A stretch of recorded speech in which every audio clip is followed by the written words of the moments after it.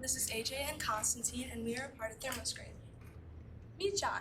John is a 50-year-old businessman who lives in the heart of Chicago in an apartment complex. Due to John having to balance a busy work life as well as a busy social life, he gets home pretty late. And when he gets home, the parking garage is usually very full, so he has to park outside. And due to his very busy work life, he has to get up around 6 or 7 a.m., whether to beat traffic, be in the office on time, or just an early morning meeting. He cannot be late.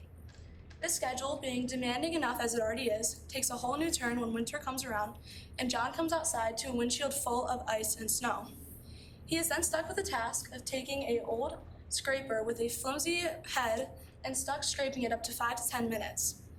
By the end, his hands are freezing, his time is wasted, and his day is ruined. And John's not alone in this. In fact, 70% of Americans go through this struggle daily. And these 5 to 10 minutes that sound so small yet feel so long while you are doing this task end up to be 50 hours a year spent scraping a windshield. We believe this is an inconvenience, a widespread issue, and it is in need of a new innovative solution. This is where Thermoscrape comes in. Thermoscrape is a next generation heated ice scraper to melt away snow and ice within seconds. Here's our product in action. To begin, at the core of our product, we have our head. Through intensive research, we found that most ice scraper users had the biggest issue with the head. Either it wasn't durable or strong enough to get under those big, thick layers of ice on the windshield. To combat this, we have taken a 12-voltage battery along with a 20-watt heating element to give our scraper the next step ability to heat up within 25 to 30 seconds, so you can get through those big, thick layers of ice fast. Next, we have our body. Our body is made with a specially designed grip component to give ours so that when you're scraping your windshield and snow from the sky or snow from your windshield is getting on it, your hands aren't slipping all over the handle and getting really cold. Next, we have a compactability feature offered at the end of our scraper so that if you have a bigger car and there's like hard to reach areas on your windshield, you can expand it and reach those areas without struggle. Or if you have a tinier car and you don't want it taking up all that room in your trunk or in your back seat, you can make it smaller. And then all the way at the end of our brush, we have a double head bristle so you can dust away extra snow before getting into the ice. And then to really set our product apart, we have a battery instead of a cord, so you don't have to worry about plugging in your product into your car, then having to take the cord out of the window just to scrape it. Instead, you just have to press the on button and let the battery do the rest. Okay, so the total market for ice scrapers in the last year was about 286 million people, or $1.1 billion. As for our serviceable addressable market,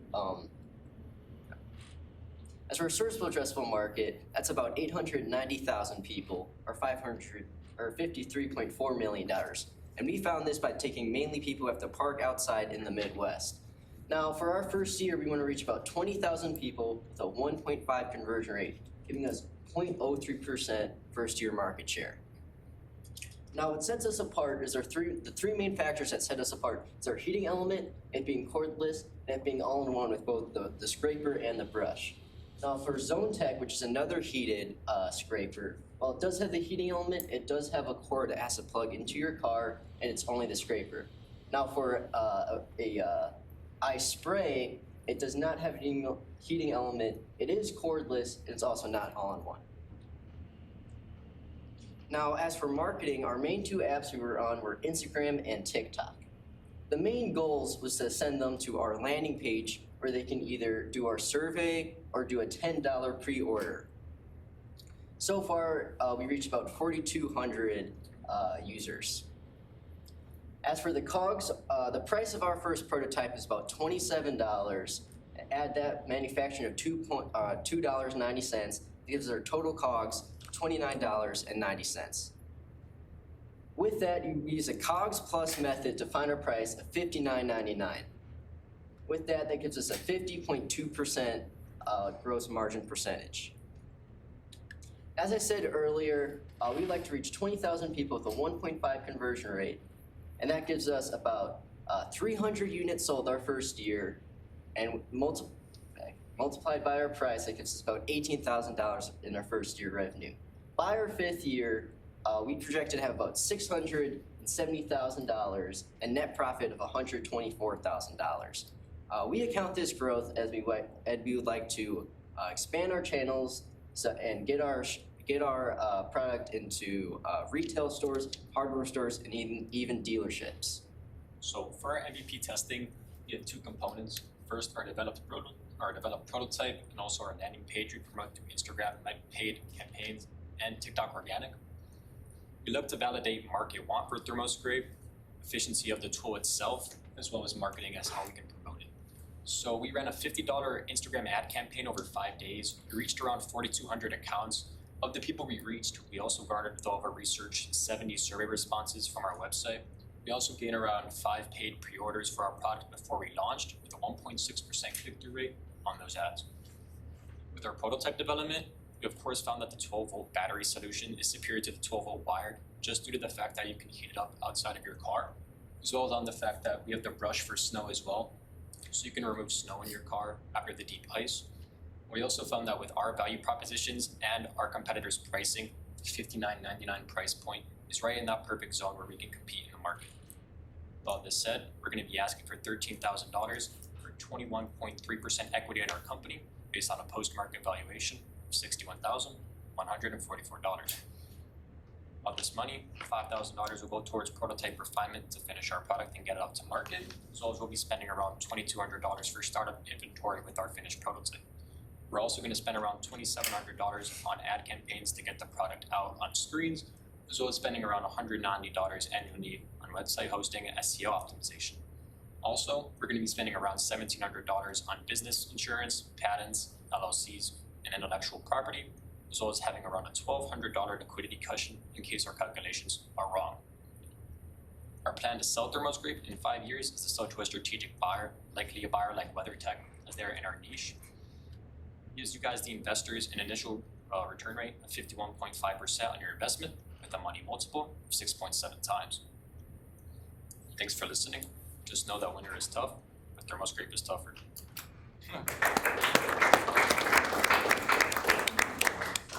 Did you actually create one that works? Yeah, this one does. And how did it test? Were you able to get a chance to test it this winter?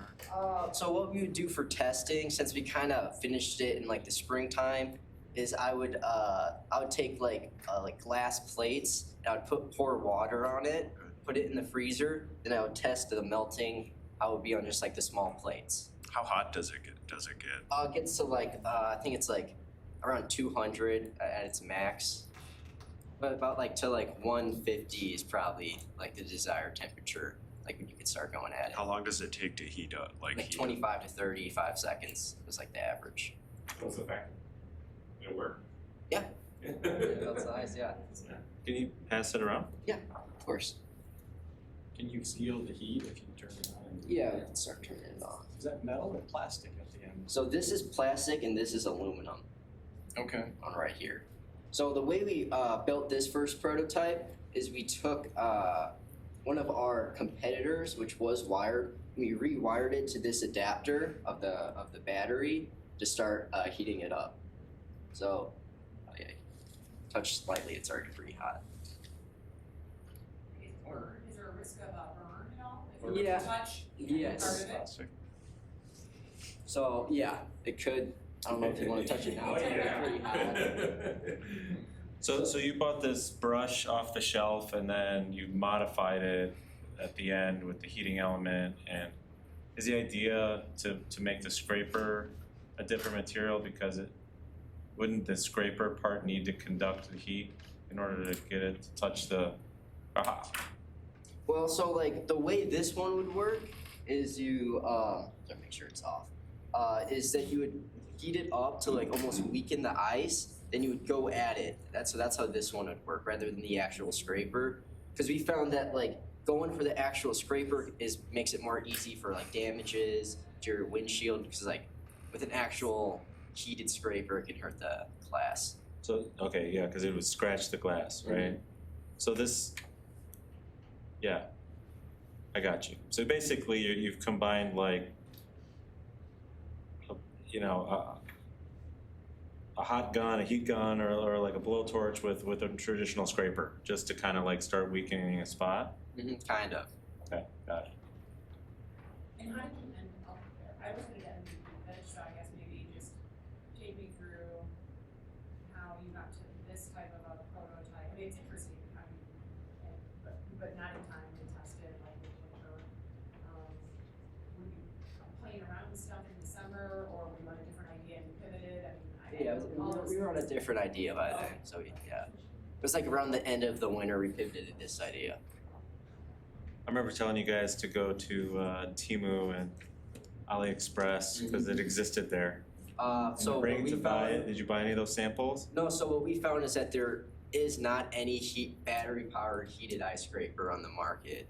The only other stuff is there was one like electric one, that was just like, it was like a motor almost, but there was no other heated battery powered scrapers.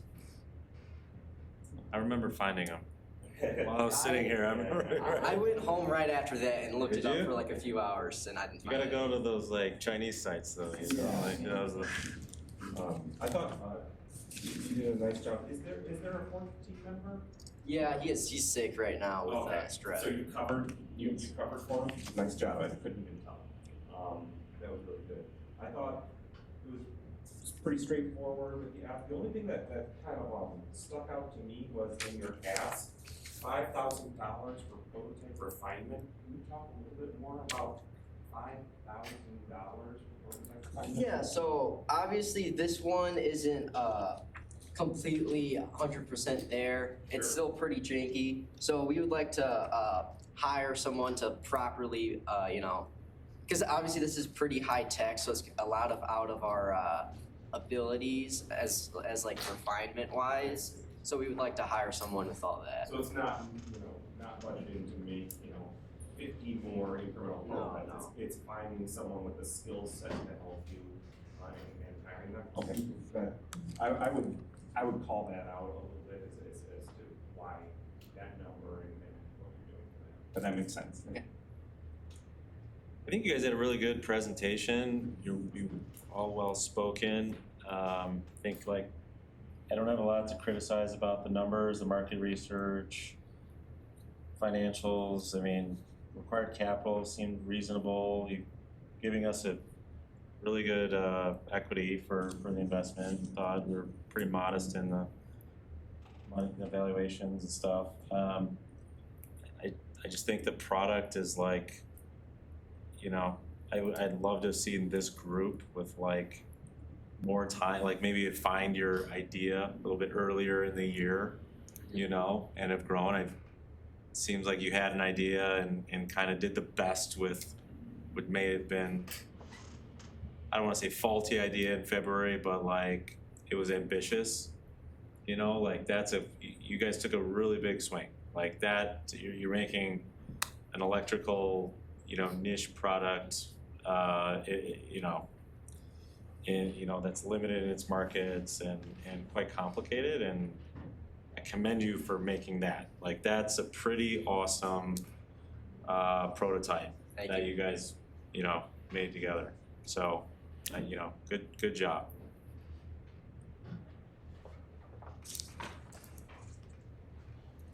Questions?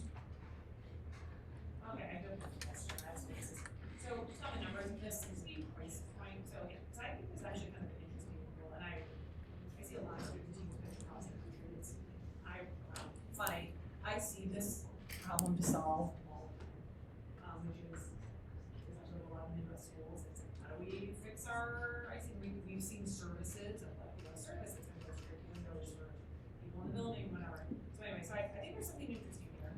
Like I was so curious, you didn't give us a prototype earlier. It would have been great for us to see this and see how, I'm curious how heavy it is, because like when there's a battery pack attached to it, I wanted to know that. But the $60 had me interested. You said, oh, this is the threshold. We know that this will work. How do you know that that is the right price?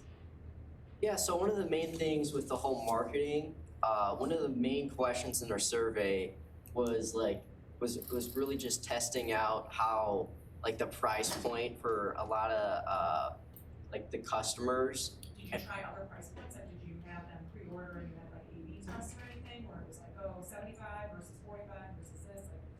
Not necessarily, not. Okay, alright. So there was a little bit of just insight in reading into what you would put out there, you think this is the threshold of pricing that would be appropriate. Mhm. So, Our price, it's like the other competitors that's also wired, it's a $49.99, but our value propositions, just the fact you can heat it up outside your car, because of course, if it's plugged into your car, your windshield's gonna be melted. So we kind of found that this $59.99 price is a good price point.